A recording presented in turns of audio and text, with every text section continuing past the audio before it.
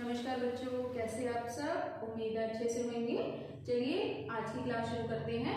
आज हम करने जा रहे हैं हमारा हिंदी का पाठ 13 काबुली वाला। काबुली वाला कहानी है रविंद्रनाथ टैगोर जी द्वारा रचित। कहानीकार कौन है? हमारे रविंद्रनाथ टैगोर। कहानी के अंदर हमें मुख्य रूप से दो पात्र दिखाए गए हैं। एक है हमारी मिन्नी और दूसरा है काबुली वाला। मिन्नी जो है वो 5-6 साल की लड़की है और काबुली वाला जो है वो अफगानिस्तान के काबुल से आया हुआ व्यक्ति है। हर साल सर्दियों की शुरुआत में वो आता है और यहाँ भारत के अंदर सूखे मेवे और गर्म कपड़े बेचता है और सर्दियों के अंत में वो अपने देश काबुल वापस लौट जाता है। उसके अलावा हमारे पास एक और अन्य पात्र है हमारे पास, वो है मिन्नी के पिताजी और मिन्नी की माताजी। मिन्नी के पिताजी जो है ना वो कथावाचक है, यानी वो नरेटर है स्टोरी के।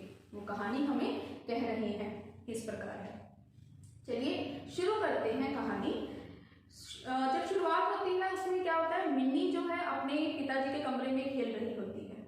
तभी बाहर से काबुली वाला आता है। काबुली वाले की आवाज सुनकर वो भाग कर जाती है और आवाज लगाती है, चिल्लाती है, काबुली वाले, ओ काबुली वाले। काबुली वाला उसकी आवाज सुनकर आ जाता है। जैसे वो काबुली वाले को देखती है कि वो उस घर के पास आ गया है, वो भाग के डर के मारे अंदर चली जाती है। भागकर डर के मारे घर के अंदर चली जाती है।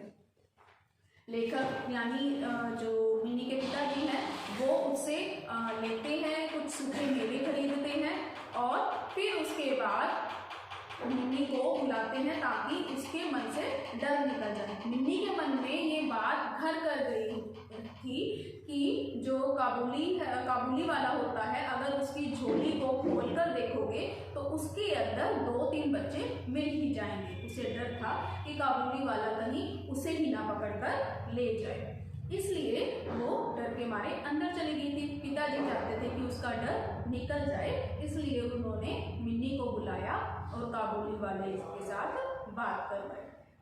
फिर कुछ दिन बाद जब लेखक कहीं जा रहे थे तो उन्होंने क्या देखा, हंसने की आवाज आ रही थी। उन्होंने देखा कि काबुली वाला और मिन्नी आपस में बातें किए जा रहे थे। मिन्नी तो पहले ही बहुत बातें करती थी, बातूनी थी। साथ में उसने काबुली वाले को भी देखा, वो बस उसे सुने जा रहा था और हंसे जा रहा था।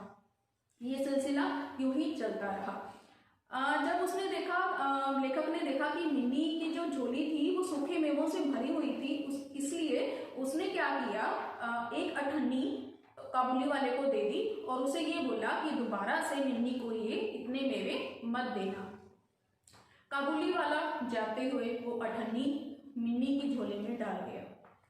जब शाम के टाइम लेखक वापस घर आया तो उसने देखा कि उसकी पत्नी जो थी यानी मिन्नी की माँ जो थी वो मिन्नी को डांट रही थी क्योंकि उसने काबुली वाले से अठन्नी ले ली थी। इसके बाद प्रतिदिन काबुली वाला घर आता, मिन्नी से खूब सारी बातें करता और मिन्नी हमेशा उससे पूछती कि तुम ससुराल कब जाओगे, या कई बार काबुली वाला कहता कि तुम ससुराल कब जाओगे। दोनों इसी बात पर हंस पड़ते। काबुली वाला जो था वो ससुराल शब्द यानी जेल को समझता था और मिन्नी के लिए ससुराल वो घर था जहां शादी कर कर जाना है। तो जब भी मिन्नी उससे पूछती कि तुम ससुराल कब जाओगे तो आगे से वो कहता, हाँ जाऊंगा कभी ना कभी, और ससुर को गुस्सा मारूंगा। दोनों इस बात पर खूब खिलखिलाकर हंसते। सिलसिला यूं ही चलता रहा। काबुली वाला आता और मिन्नी के साथ खूब बातें करता और जाते जाते उसको खूब सारे सूखे मेवे देकर जाता।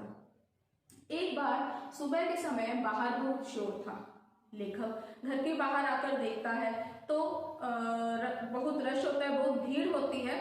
तो उसमें से 2 पुलिस वाले निकलते हैं जिन्होंने काबुली वाले को हथकड़ी लगा रखी होती है।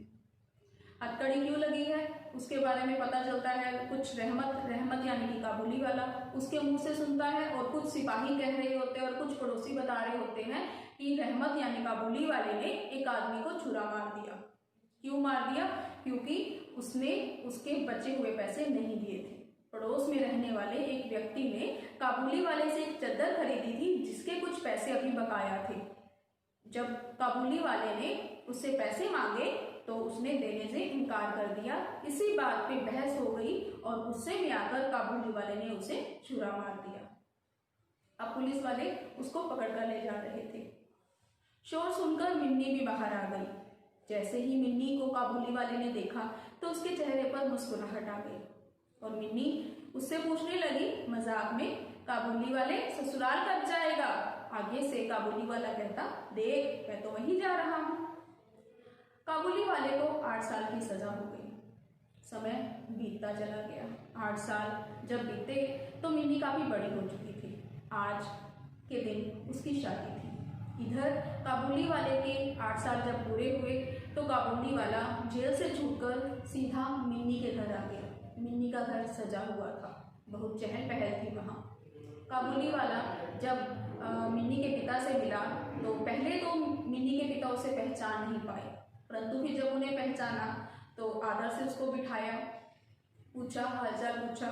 फिर उसने काबुली वाले ने मिन्नी के पिता को बोला कि क्या मैं बच्ची से मिल सकता हूँ। मिन्नी के पिता ने व्यस्तता का बहाना बनाते हुए बोला कि नहीं, आज तो वो व्यस्त है, बाद में मिलेंगे। फिर काबुली वाला वहां से जाने लगा। जाते समय उसने एक कागज निकाला जिसके ऊपर एक हाथ की छाप थी, कालिक से एक हाथ की छाप थी। उसने उसे दिखाते हुए बोला कि ये मेरी बेटी की है। मेरी बेटी जो काबुल में रहती है वो बिल्कुल मिन्नी की आयु की ही रही होगी। तो जब भी मैं मिन्नी से मिलता हूँ तो मुझे मेरी बेटी की याद आती है, इसीलिए मैं मिन्नी से मिलने हर बार आता हूँ। तो इस बात पर लेखक को उस पर तरस आता है। वो मिन्नी को अंदर से बुलाता है। मिन्नी को देखकर जो काबुली वाला सोच रहा होता है कि मिन्नी आप भी छोटी सी बच्ची होगी, परंतु क्या था, मिन्नी दुल्हन के लिबास में सजी हुई वहां खड़ी थी शर्माती हुई। उसको देखकर जो काबुली वाला है वो सकुचाता है, कुछ बोल नहीं पाता है, परंतु फिर भी वो कहता है कि कहाँ जा रही है बच्ची? ससुराल जा रही है। आगे से मिन्नी शर्माकर अपने पिता के पीछे छिप जाती है। मिन्नी अंदर चली जाती है। काबुली वाला कुछ मेवे उसके पिताजी को देता है और जाने लगता है। तब लेखक उन्हें बुलाते हैं और उसे कुछ पैसे देते हैं और कहते हैं कि तुम अपने देश वापस लौट जाओ, तुम्हारी बेटी भी बड़ी हो चुकी होगी। चलिए कहानी यहाँ समाप्त होती है। होप आपको अच्छी लगी होगी। मिलते हैं अगली क्लास में।